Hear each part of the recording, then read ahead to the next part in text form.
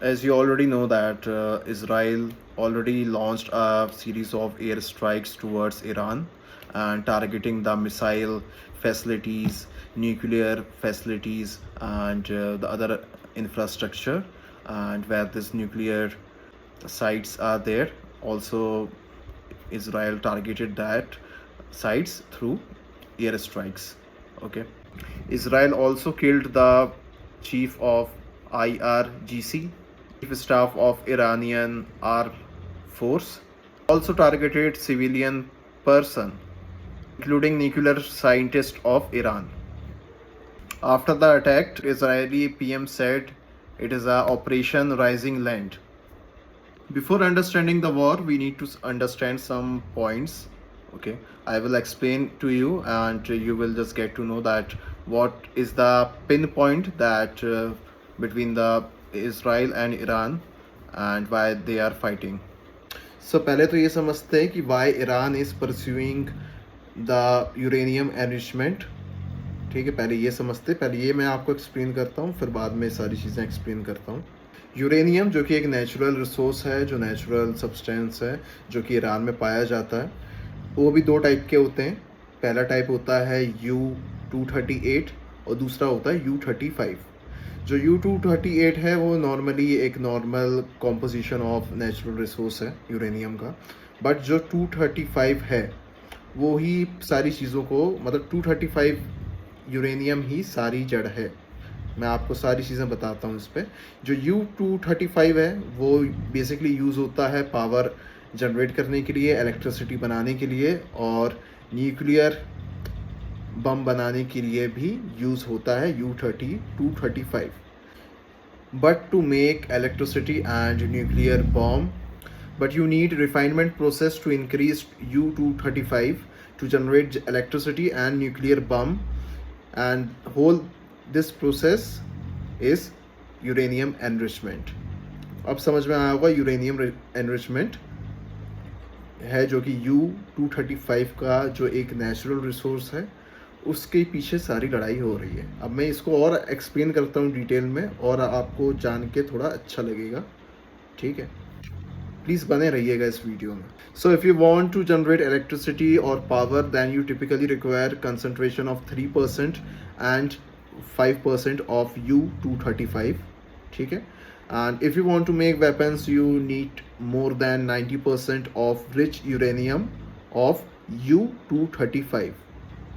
ठीक है, so basically आपको 90% का रिच यूरेनियम चाहिए न्यूक्लियर बम बनाने के लिए.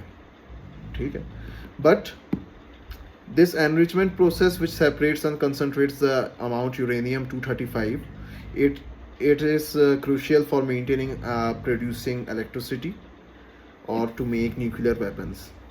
Okay, so basically जो एनरिचमेंट का प्रोसेस है यूरेनियम का, जो U-35 को 90% तक लेके जाता है, वो जो रिफाइनमेंट का प्रोसेस है, बेसिकली ईरान उस पर काम करना चाहता है बट काम उस पर कर नहीं पा रहा.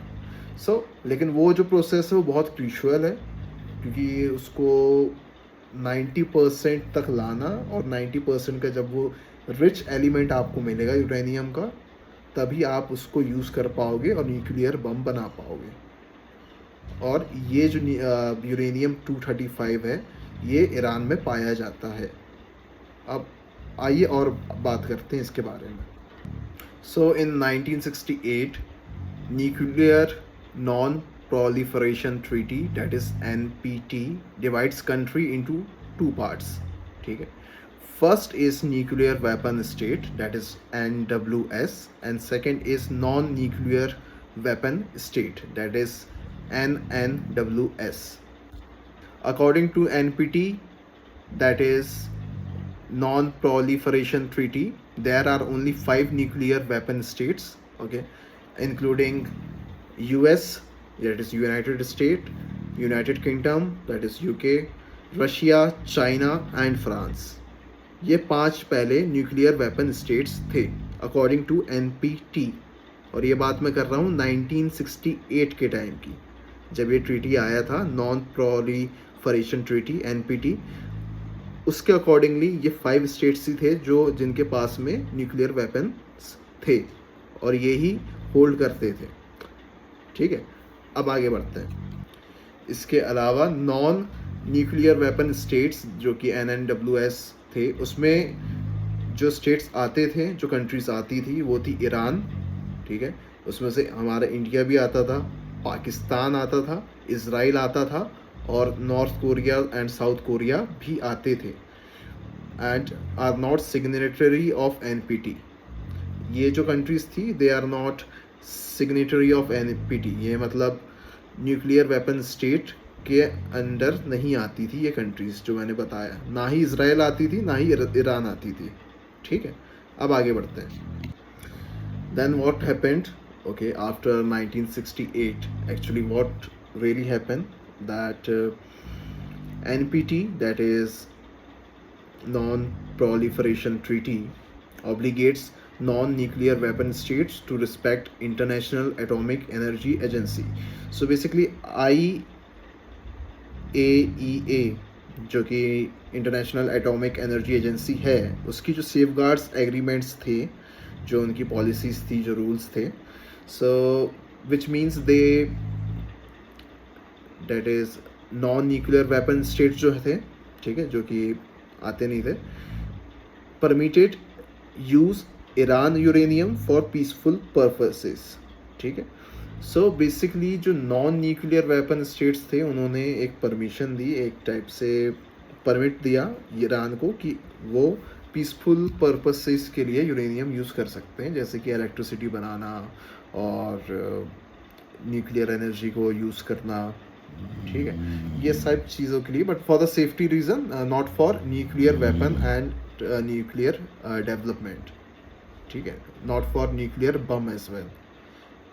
एक उन्होंने बोला कि आप, हाँ, अगर आपको अगर सेफ्टी पर्पस और पीसफुल पर्पस के लिए यूज़ करना है, जैसे इलेक्ट्रिसिटी हो गई और विंड मिल हो गई और इस सारी चीज़ों के लिए आप यूज़ कर सकते हो, बट हाँ, आप न्यूक्लियर वेपन और न्यूक्लियर बम के लिए उसको यूज़ नहीं कर सकते हो। ये साफ साफ नॉन न्यूक्लियर वेपन स्टेट्स ने परमिट किया, ठीक है, ईरान को, क्योंकि ईरान के पास में रिसोर्स था। अब आगे बढ़ते हैं। So it allows Iran to use for medical science and to generate electricity. That's it. Then what happened in generation purposes, that is IAEA, okay, that is International Atomic Energy Agency, audits whether Iran is utilizing the uranium in the right way or not, or misusing or only using for peaceful purposes और not. तो basically इसमें ये चीज़ है कि IAEA ने conduct किया, एक audit conduct किया, जिसमें पता लगाने के लिए कि यूरेनियम सिर्फ पीसफुल पर्पसेस के लिए ही यूज़ कर रहा है कि नहीं कर रहा है, कि ताकि ये अपना न्यूक्लियर बम या न्यूक्लियर प्लांट कहीं तो नहीं बना रहा है, कहीं न्यूक्लियर वेपन्स तो इसके थ्रू बना नहीं रहा है यूरेनियम के थ्रू। तो ये ऑडिट कराया IAEA ने। IAEA मतलब जैसे कि इंटरनेशनल एटॉमिक एनर्जी एजेंसी है। सो ये ग्लोबली ये चेक करती रहती है कि कहीं पे भी ऐसी भी कोई चीज़ हो तो नहीं रही है, जिसमें कोई ऐसी एक्टिविटीज़ तो नहीं हो रही जहाँ पे न्यूक्लियर प्लांट डेवलप हो रहा है, न्यूक्लियर बम बनाई जा रही, कोई भी कंट्री या कोई भी दुनिया के किसी भी कोने पे। तो ये कंडक्ट कराती रहती है कि अगर इनके पास में रिसोर्सेज हैं तो ये रिसोर्सेज किसी गुड वे में यूज़ कर रहे हैं कि बैड वे में यूज़ कर रहे हैं। अगर गुड वे में यूज़ कर रहे हैं, लोगों के लिए यूज़ कर रहे हैं और एक मिनिमम काइंड ऑफ कंजप्शन है उस रिसोर्स का, तो दैट्स गुड, उनको कोई इशू नहीं है। बट अगर वो लोग किसी इलीगल या फिर लीथल वेपन के लिए यूज़ कर रहे हैं या फिर कोई प्लानिंग चल रही है उनके अंडरग्राउंड, तो उसको पता लगाने के लिए ये एजेंसी है। ठीक है, तो ये एजेंसी ने कंडक्ट कराया था ईरान के बारे में कि वो यूज़ कर रहे हैं या फिर मिसयूज़ कर रहे हैं यूरेनियम का। ईरान बहुत टाइम से इस सब्जेक्ट के मैटर में था कि इसके पास पोटेंशियल था, और ये लोगों को बहुत पहले टाइम से ही डाउट था। इवन जो एटॉमिक एनर्जी एजेंसी थी उसको भी डाउट था, और बाकी US UK और सारी कंट्रीज़ को भी डाउट था यूरेनियम का मिसयूज़ कर सकती है ईरान। ठीक है, तो ये सारी चीज़ें चल रही थी, और अगर ये मिसयूज़ करेगी तो ये डेवलप करेगी न्यूक्लियर वेपन्स डेवलप करेगी, न्यूक्लियर बम्स टेस्ट करेगी और ख़ुद को न्यूक्लियर बम कंट्री डिक्लेयर करेगी। सो ये चीज़, ये डर सारी कंट्रीज़ को था, और ईरान के पास में पूरा पोटेंशियल था, क्योंकि ईरान बेसिकली सब लोगों को पता है कि कहाँ कहाँ से डील करता है। डीजल, पेट्रोल, ऑयल रिफाइनरी, ये सारी चीज़ एक्सपोर्ट करता है ईरान, और ईरान पे ये पोटेंशियल था, ये काफ़ी टाइम से पता था, क्योंकि ये चीज़ इन लोग कर सकते हैं। ईरान के पास वो ताकत है कि ये न्यूक्लियर वेपन कंट्री डिक्लेयर कर सकते हैं खुद को। अच्छा, मैं बैकग्राउंड ऑफ द इशू बताता हूँ आपको। सो IAEA conducted frequently audits. They found and warned Iran as Iran increasing stockpile of 60% enriched value of uranium in future, and they will convert it into 90%. So ये चीज़ थी जो conduct कराई IAEA ने। Second चीज़ conduct कराई IAEA ने, जो कि IAEA published an investigate that Iran conducting secret nuclear activities at 3 locations. Okay, because there was a lead that passed to IAEA that they are doing the illegal activities, and the secret nuclear activities are going on in 3 sites, in 3 locations of Iran. वो भी मैं आगे जाके बताऊंगा आप लोग को। सो IAEA के बोर्ड ऑफ गवर्नर्स ने ये चीज़ कंडक्ट कराई और सर्वे कन्वर्ट कराया और इन्वेस्टिगेशन कराई, तो ये मालूम पड़ा कि 3 लोकेशंस में, जो कि 3 लोकेशंस थी किसकी, ईरान की, जहाँ पे ये एक्टिविटीज़ हो रही थी, जहाँ पे secret nuclear weapons, nuclear plant क्या इस्टेब्लिशन चल रहा था, ईरान कर रहा था, ये इन्वेस्टिगेशन में पता चला। अब 2015 में आते हैं, अब सीधे 2015 की बात करते हैं। 2015 में क्या हुआ मैं बताता हूँ। 2015 में ईरान ने साइन किया एक joint comparison plan of action, ठीक है, जिसका शॉर्ट फॉर्म JCPOA है, and Iran signed many countries JCPOA, Iran's uranium enrichment to. तो चलो अब 2015 में आते हैं। 2015 में ईरान ने एक joint comprehensive plan of action sign किया मल्टीपल कंट्रीज़ के साथ में, ओके, और उसमें बोला कि ईरान यूरेनियम इन्वेस्टमेंट टू 3.67%, ठीक है। ये चीज़ यूरेनियम ने के बारे में ईरान ने बोला, और यूरेनियम के बारे में ईरान ने ये P5 कंट्रीज़ जो थी, जो कि US, UK, Russia, China, France, इनको ये चीज़ एक types of JCPOA joint comprehensive plan of action एक साइन करके दिया, एक टाइप ऑफ एग्रीमेंट साइन करके दिया है कि हम 3.67% ही एनरिचमेंट करेंगे यूरेनियम का। ईरान ने ये चीज़ P5 कंट्रीज़ को बोली, ठीक है। और उसके बदले में ईरान ने, in exchange of that, Iran demanded that whatever the economic sanction that the Western countries imposed on them, remove them. Okay, तो एक्सचेंज में ये डिमांड किया ईरान ने कि जो भी इकोनॉमिक सेंक्शंस उनके ऊपर लगाए हैं वेस्टर्न कंट्रीज़ के द्वारा, वो रिलैक्स कर दो। हम ये आपको दे रहे हैं कि आप के पास में एग्रीमेंट है, अब हम यूरेनियम जो उसको है एनरिच करेंगे 3.67% पे ही, और इसके बदले में हमको ये चीज़ चाहिए कि आप हमारे जितने भी इकोनॉमिक सेंक्शंस है उसको रिलैक्स कर दो, उसको रिमूव कर दो। तो जो भी इम्पोज किया था ईरान के ऊपर प्रीवियसली, ठीक है। Then in 2018, United States, so since the US withdrawal and exit from this agreement in 2018, US withdrawn and exited from this agreement in 2018. Iran has been increasing the uranium enrichments levels to 60% purity, which is close to weapon grade. Weapon grade is 90%. So ये चीज़ जब हुई, जब US ने exit किया इस agreement से, तो Iran ने सोचा है कि अब इसको जो इसका परसेंटेज और एनरिचमेंट कर देते हैं हम यूरेनियम का, जो कि उस टाइम पे 60% कर दिया था ईरान ने, जो कि ऑलमोस्ट 90% में तो आप उसको यूज़ कर सकते हो फॉर न्यूक्लियर वेपन्स एंड बम। ठीक है, तो 60% 60% का एनरिचमेंट कर दिया ईरान ने जैसे यूएस इस डील से अलग हुआ।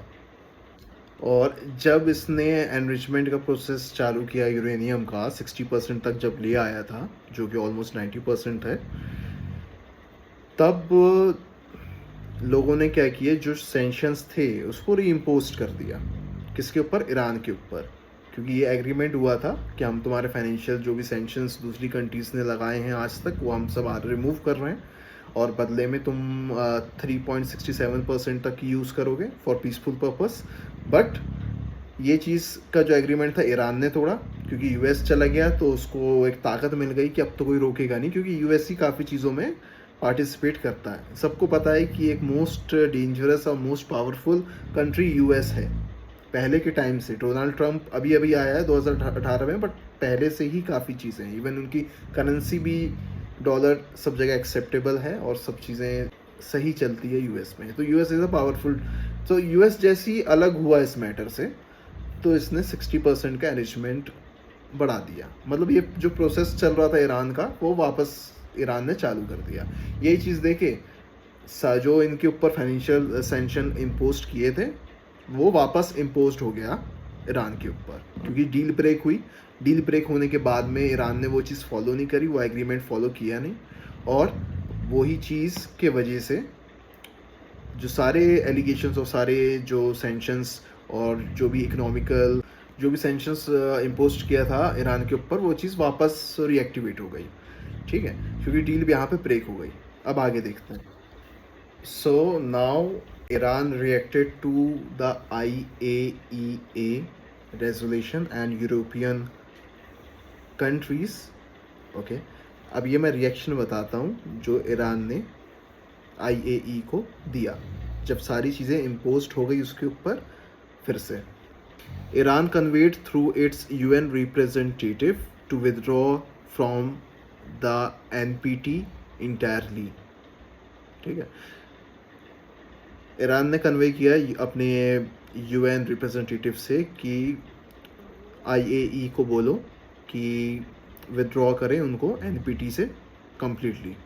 ठीक है, and more over Iran's foreign ministry and its atomic energy organization jointly declared Iran will now open a uranium enrichment facility at a strategically secure site and will increase Iran's enriched uranium stockpile to a greater extent and response to the IAEA board politically motivated and biased। So basically यहाँ से चीज़ें समझ में आ रही है कि जब वो UN रिप्रेजेंटेटिव के थ्रू उसने ये मैसेज दिया ईरान ने कि भाई NPT इंटायरली रिमूव करो उनके ऊपर से, ईरान का जो फॉरेन मिनिस्ट्री है और जो एटॉमिक एनर्जी ऑर्गेनाइजेशन है, उन्होंने जॉइंटली ये चीज़ डिक्लेयर करी कि अब हम जो यूरेनियम है उसका एनरिचमेंट प्रोसेस हाई लेवल पे बढ़ाने वाले हैं और एक एक्सटेंट लेवल पे इसको लेके जाएंगे और सिक्योर साइट पे, और जो यूरेनियम का एनरिचमेंट जो काफ़ी टाइम से रुका है वो अब ग्रेटर एक्सटेंट पे बढ़ेगा, एक लार्ज स्केल पे अब वो चीज़ बढ़ने वाली है जो काफ़ी टाइम से रुकी हुई थी। ये चीज़ें जो हो रही थी उसकी वजह से ईरान ने ये चीज़ क्लियरली डिक्लेयर कर दिया। ठीक है, अब समझ में आ रही होगी आपको चीज़ें कि क्या क्यों हो रही हैं ये सब चीज़ें। ठीक है, तो अब जब आपने ग्रेटर एक्सटेंट रिस्पांस दे दिया है IAEA को क्लियरली, ईरान ने ये चीज़ साफ साफ ये चीज़ बोल दी कि भैया अब जो तुम लोग चाह रहे थे वो चीज़ तो हम होने नहीं देंगे, और जो चीज़ तुम लोग चाह रहे थे रोकने की, अब उसको हम एक हाई लेवल पे लेके जाके छोड़ेंगे जिसमें हम लोग उस चीज़ को यूज़ कर पाएँ। ठीक है, आप लोगों ने हमारी शर्त नहीं मानी, हमने तुम्हारी शर्त नहीं मानी, अब ना हम तुम्हारी सुनने वाले, आप हमारी सुनोगे। अब जो हम करेंगे वो एक हाई लेवल पे करेंगे। जो एनरिचमेंट का प्रोसेस है काफ़ी टाइम से जो रुका हुआ है, 2015 में भी जो हमने आप लोग को वादा किया था, 2018 आ चुका है, उसमें 2018 में जब US वो चीज़ वापस हुई, तो काफ़ी सालों से जो उन लोग प्रोसेस कर रहे थे ईरान, एक न्यूक्लियर वेपन कंट्री बनाने को, एक न्यूक्लियर बम स्टेट बनाने को, वो चीज़ नहीं हो पा रही थी। ये चीज़ साफ साफ डिक्लेयर कर दी कि अब तो वही होगा जो हमने सोचा है। अब जो लेवल होगा एनरिचमेंट का, जो कि यूरेनियम U-35 का है, वो बहुत हाई एक्सटेंट में होने वाला है और चीज़ें अब बिगड़ेंगी।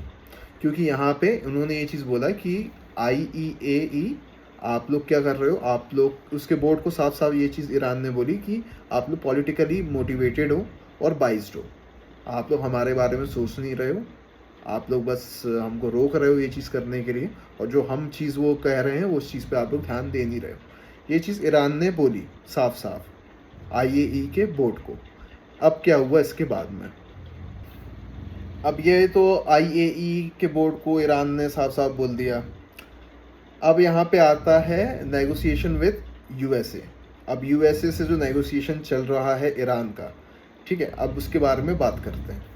बेसिकली US और ईरान की 5 फॉर्मल नेगोशिएशन मीटिंग हो चुकी है और उस मीटिंग में यही डील हुई है कि स्टॉप करा जा रहा है ईरान को from developing nuclear weapon in exchange for sanction relief, and the 6th round of negotiation between Tehran and Washington, a nuclear deal, जो अप्रैल में ये US और ईरान की जो नेगोशिएशन मीटिंग्स हो रही है स्पेसिफिकली इस बारे में कि भाई तुम न्यूक्लियर वेपन्स डेवलप मत करो खुद से, और जो तुम्हारा सैंक्शन रिलीफ है उसके बारे में हम बात करते हैं। तो 5 मीटिंग्स तो हो गई, 5 फॉर्मल नेगोशिएशन मीटिंग्स हो गई। सो एट प्रेजेंट अब 5 नेगोशिएशन मीटिंग्स हो गई है, ठीक है, US के साथ में ईरान की, ठीक है।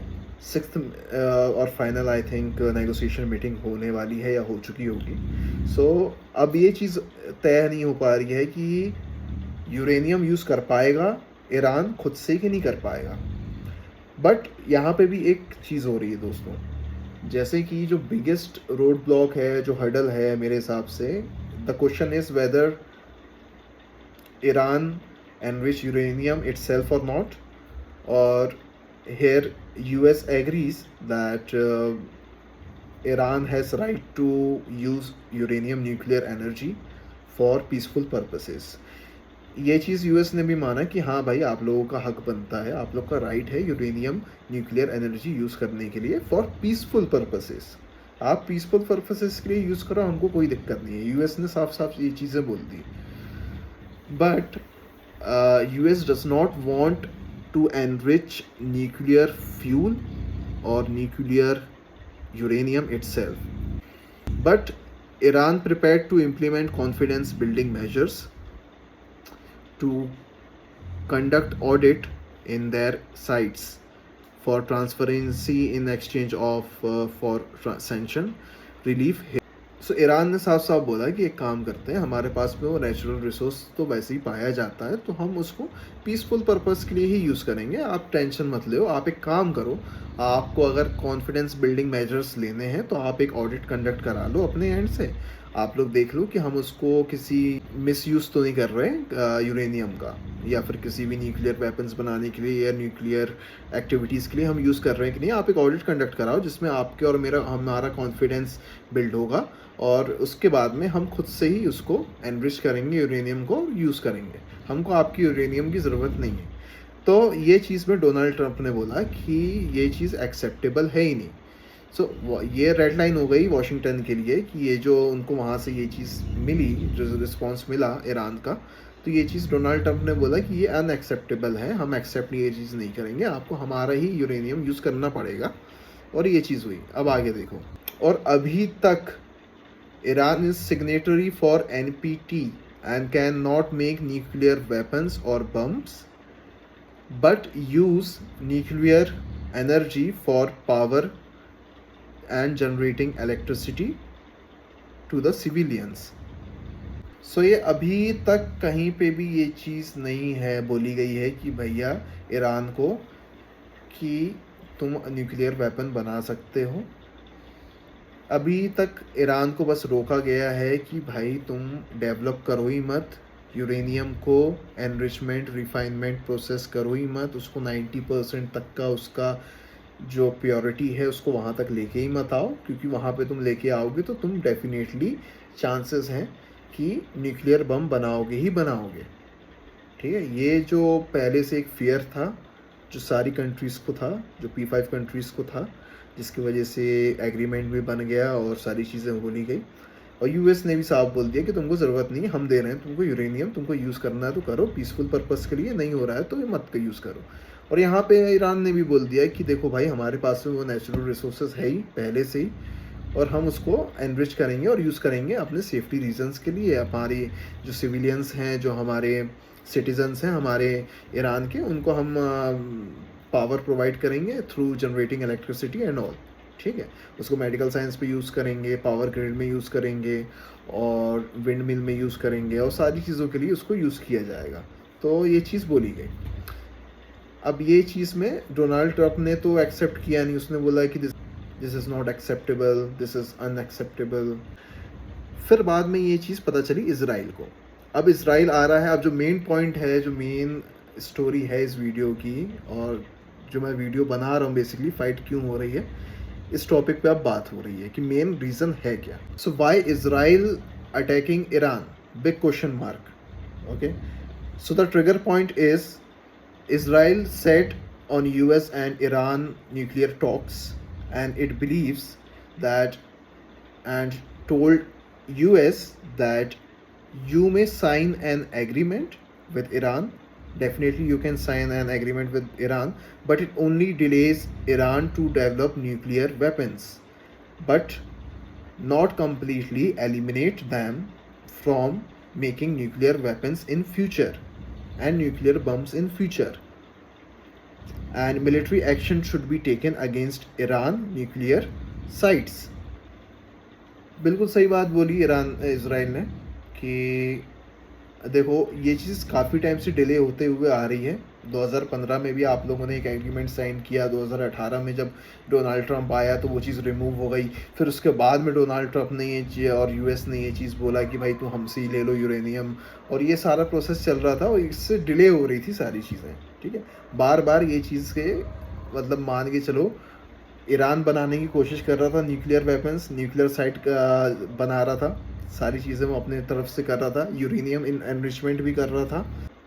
देखो, इसराइल का भी कहना सही है मेरे हिसाब से। तो इसराइल भी सही चीज़ कह रहा है कि भाई, जितना मैं तुम लोग की जो टॉक्स हो रही है, जो भी मीटिंग्स हो रही है, जो भी नेगोशिएशन मीटिंग्स तुम लोग की कंडक्ट हुई है जो लास्ट डिकेड्स में, उसको अगर देखा जाए तो 2015 में भी एक एग्रीमेंट हुआ था, और जब 2018 में जब यूएस इस चीज़ से एग्जिट हुआ तो ईरान ने सारे एग्रीमेंट छोड़ के अपने यूरेनियम एनरिचमेंट पे फोकस कर दिया था उस टाइम पे भी। और अभी भी यही चीज़ लग रही है कि हम इसको रोक सकते हैं, ईरान को हम डेफिनेटली अभी रोक सकते हैं, वो डिले कर सकता है ईरान अपने तरफ से, बट इन फ्यूचर वो एक स्टेट बनाएगा ही जिसमें न्यूक्लियर पावर स्टेट खुद को घोषित करने वाला है ईरान। ये चीज़ इसराइल को पता थी, और इसराइल ने वो चीज़ ये बोला कि यार, अभी तुम्हारे एग्रीमेंट्स और तुम्हारी जो भी टॉक्स हो रही हैं इस न्यूक्लियर साइट्स के बारे में और ये यूरेनियम के बारे में जो भी बात हो रही है, वो डिले करेंगी चीज़ों को, बट आगे जाके ये वही हरकत करेंगे जो ये पहले से करते आ रहे हैं। ठीक है, तो ये बस बात हुई। और इसराइल ने ये चीज़ बोली कि जो भी न्यूक्लियर साइट्स हैं ईरान की, वहाँ पे एक मिलिट्री एक्शन लेना बहुत ज़रूरी है, क्योंकि सीक्रेट न्यूक्लियर एक्टिविटीज़ तो हो रही है और ईरान काफ़ी टाइम से इस पे लगा हुआ है। इससे साफ साफ समझ में आ रहा है। Israel knows very well that in future Iran is having a nuclear bomb, and then can external threat for Israel and attack Israel in future। ये डेफिनेटली होगी, क्योंकि आजू बाजू ही है ना। जैसे ये इसराइल है, सो ये ईरान है। अब ईरान कहाँ ताकत दिखाएगा? इसराइल पे दिखाएगा। जो ताकतवर स्टेट है उसी के ऊपर ताकत दिखाई जाएगी कि भाई हम तो न्यूक्लियर वेपन स्टेट है, और ये चीज़ होगी। तो अब इसराइल को ये चीज़ पता है कि अगर ये डेवलप कर गया, और यूएस से भी इसकी बात हो रही है, और ये चीज़ यूएस को भी समझ में नहीं आ रही है कि आगे जाके इन लोग एक न्यूक्लियर वेपन स्टेट खुद को घोषित करेंगे। So Israel conducted preemptive strikes towards Iran. This was taken so that Iran is not able to weaponize the enriched uranium and make a nuclear bomb itself. Because if not stop, then Iran could produce a nuclear weapon and bomb in a very short period of time. तो Israel ने ये सारी चीज़ें जब पता चली Israel को कि यूएस भी इस पे साथ दे नहीं पा रहा है और यूएस को भी ईरान एक टाइप से इसराइल ने जब कंडक्ट कराया प्री एम्पिटेटिव स्ट्राइक्स ईरान के ऊपर, ठीक है, तो इसलिए कराया बिकॉज कि Iran is not able to weaponize the enriched uranium and make a nuclear bomb itself. तो खुद से वो वेपनाइज ना कर पाए खुद का यूरेनियम एनरिचमेंट का जो प्रोसेस है उसको ना आगे बढ़ा पाए और एक न्यूक्लियर बम इटसेल्फ बना ना पाए। ये रीज़न था इसराइल का जो अटैक किया इसराइल ने काफ़ी उनको पहली बार भी बोला कि भाई रुक जाओ, मत करो ये सारी चीज़ें, और ईरान मान नहीं रहा था ये सारी चीज़ों को। ईरान बार बार वही चीज़ को एक्टिविटीज़ जो न्यूक्लियर एक्टिविटीज़ थी, जो एनरिचमेंट था यूरेनियम का प्रोसेस का, वो बार बार अपनी तरफ से अपने एंड से चालू कर रहा था। बिकॉज अगर ये ईरान रोकेगा नहीं खुद को न्यूक्लियर वेपन और न्यूक्लियर बम बनाने से,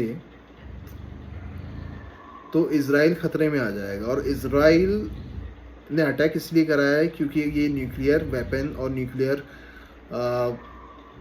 बम जो बना रहा है, बेसिकली जो स्ट्राइक्स कराया है अभी इजराइल ने ईरान के लिए, क्योंकि ईरान के पास में पोटेंशियल है, क्योंकि ईरान कोई ऐसा देश नहीं, ठीक है, ईरान के पास में कुछ भी नहीं था, बट ईरान ने सबसे बड़ा एक्सपोर्टर है पेट्रोल का, डीजल का, सारी ऑयल रिफाइनरी चीज़ें हैं जो एक्सपोर्ट करता है। इवन इंडिया भी इंपोर्ट करता है उससे, ठीक है, और काफ़ी पूरी कंट्रीज़ में वो एक्सपोर्ट होता है। तो उसका ट्रेड में बहुत मेजर रोल है ईरान का, और यही चीज़ हो जाती तो इजराइल का जो अटैक करने का यही था कि भाई उनको रोको, उन लोग बनाए नहीं, क्योंकि जिस दिन वो बना लेंगे उसके बाद कोई मतलब नहीं, इजराइल फिर लड़ी नहीं सकता ना उनसे, क्योंकि वो फिर न्यूक्लियर वेपन के ऊपर लड़ाइयाँ होंगी, वो न्यूक्लियर बम यूज़ करेंगे, न्यूक्लियर वेपन्स लेके आएंगे, ठीक है, जो भी एक्टिविटीज़ वो अभी कर रहे हैं वो वैसा होगा। तो अभी उनको इसलिए तोड़ा जा रहा है, इसलिए कमज़ोर है अभी ईरान अभी कुछ एक्शन ले नहीं पा रहा है, क्योंकि वो जो सारे एग्जामिन कर रहे हैं, सारी चीज़ें टेस्ट कर रहे हैं अपने एंड से, वो जब टेस्ट कर लेंगे तो फिर उसके बाद में वो भी पावरफुल स्टेट हो जाएगा। सो यही एक बिग रीज़न भी है, ये भी एक बिग रीज़न है कि ईरान झुक भी नहीं रहा है, क्योंकि ईरान को ये चीज़ पता है कि एक ना एक दिन हम वो चीज़ में कामयाब हो जाएंगे, हमारा जो न्यूक्लियर वेपन और न्यूक्लियर बम का जो टेस्ट होगा वो हम उसको आगे पार करेंगे। हम जब डिक्लेयर करेंगे सारी दुनिया के सामने, तो लोग हमसे डरेंगे कि हाँ भाई ये एक न्यूक्लियर वेपन स्टेट है, इससे बच के रहो, इससे लड़ाई नहीं कर सकते हम, ये तो ये न्यूक्लियर बम यूज़ करेगा और एक बार में सारी चीज़ें तबाह कर देगा। सो ये पार्ट ईरान को भी पता है, और जो ईरान का जो प्रेसिडेंट है इसलिए वो ये एक्शंस ले रहा है अपनी तरफ से। सो अब बात कर लेते हैं कि इंडिया में इस वॉर का क्या इम्पैक्ट होने वाला है।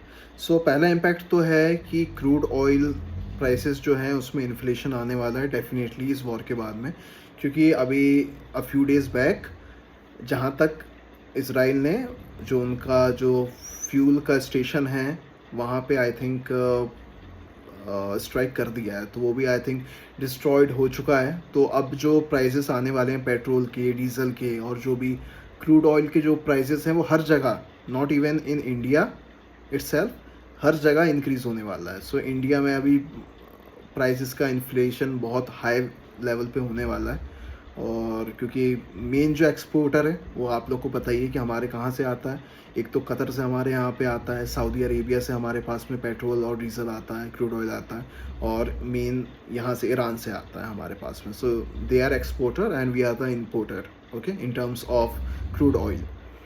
सेकेंड आता है रेमिटेंस से drop in income for families. So basically जो हमारे यहाँ के इंडियन लोग हैं जो वहाँ पे जाके काम कर रहे हैं, और वहाँ पे जो उनकी फैमिलीज़ हैं उनकी जो इनकम है उस पर भी काफ़ी चीज़ों में असर दिखेगा, और फॉरेन एक्सचेंज में, और ट्रेड में की बात की जाए, ट्रेड की और बिज़नेस की बात की जाए, तो disruptions in exports and imports वो रहेगा ही रहेगा। और ये जो एक्टिविटी हो रही है और ये जो स्ट्राइक हुआ है अभी, इससे तो सारे हमारे दोनों रिलेशंस जो कि इंडिया के ईरान के साथ में इंडिया का और इसराइल का इंडिया के साथ में अभी तक अच्छे हैं, ठीक है, इन terms of trade, in terms of business. तो अभी जो एक्सपोर्ट और इंपोर्ट है उस पर थोड़ा सा जो है डिस्क्रप्शंस आएगा, थोड़ा सा जो रिलेशंस हैं हमारे वो अभी बिगड़ेंगे। दोस्तों आप लोगों से रिक्वेस्ट है कि इस वीडियो को बनाने के लिए मैंने बहुत रिसर्च किया हूँ, तब जाके मैंने ये वीडियो बनाया हूँ। तो आप लोगों से एक हेल्प चाहता हूँ कि आप लोग प्लीज़ मेरे यूट्यूब चैनल पे जाके इस वीडियो को पूरा देखिए और मेरे यूट्यूब चैनल को सब्सक्राइब कीजिए। और सब्सक्राइब जैसे ही दबाएंगे वहाँ पे एक बेल आइकन आएगा, उस बेल आइकन पे ऑल सेलेक्ट करके आप इस वीडियो को लाइक, कमेंट और शेयर भी कर सकते हैं। जो भी आपके आइडियाज़ हैं वो मेरे को बताइए, जो आप सोचते हैं इस वीडियो के बारे में, और जो ये वॉर हो रही है ईरान और इजराइल के बीच में, वो चीज़ के बारे में आप मेरे को प्लीज़ बताइए। और जितना हो सकता है इस वीडियो को शेयर कीजिए ताकि काफ़ी लोगों को पता चले कि एक्चुअल रीज़न है क्या इस फाइट का और क्या इम्पैक्ट पड़ेगा हमारी इंडिया पे। प्लीज़ दोस्तों ये सपोर्ट कीजिए आप अपने एंड से, और जितना शेयर हो सकते हैं शेयर कीजिए। और प्लीज़ मेरा चैनल सब्सक्राइब कीजिए ताकि मैं जब भी एक नया वीडियो अपलोड करूं तो आप लोगों को नोटिफिकेशन मिल जाए कि मेरे यूट्यूब चैनल पे एक नया वीडियो आया है, ऐसे ही इन्फॉर्मेटिव एक वीडियो मैंने अपलोड किया है। ठीक है, ठीक है दोस्तों, मिलता हूँ एक नए वीडियो में। और जय हिंद, जय भारत।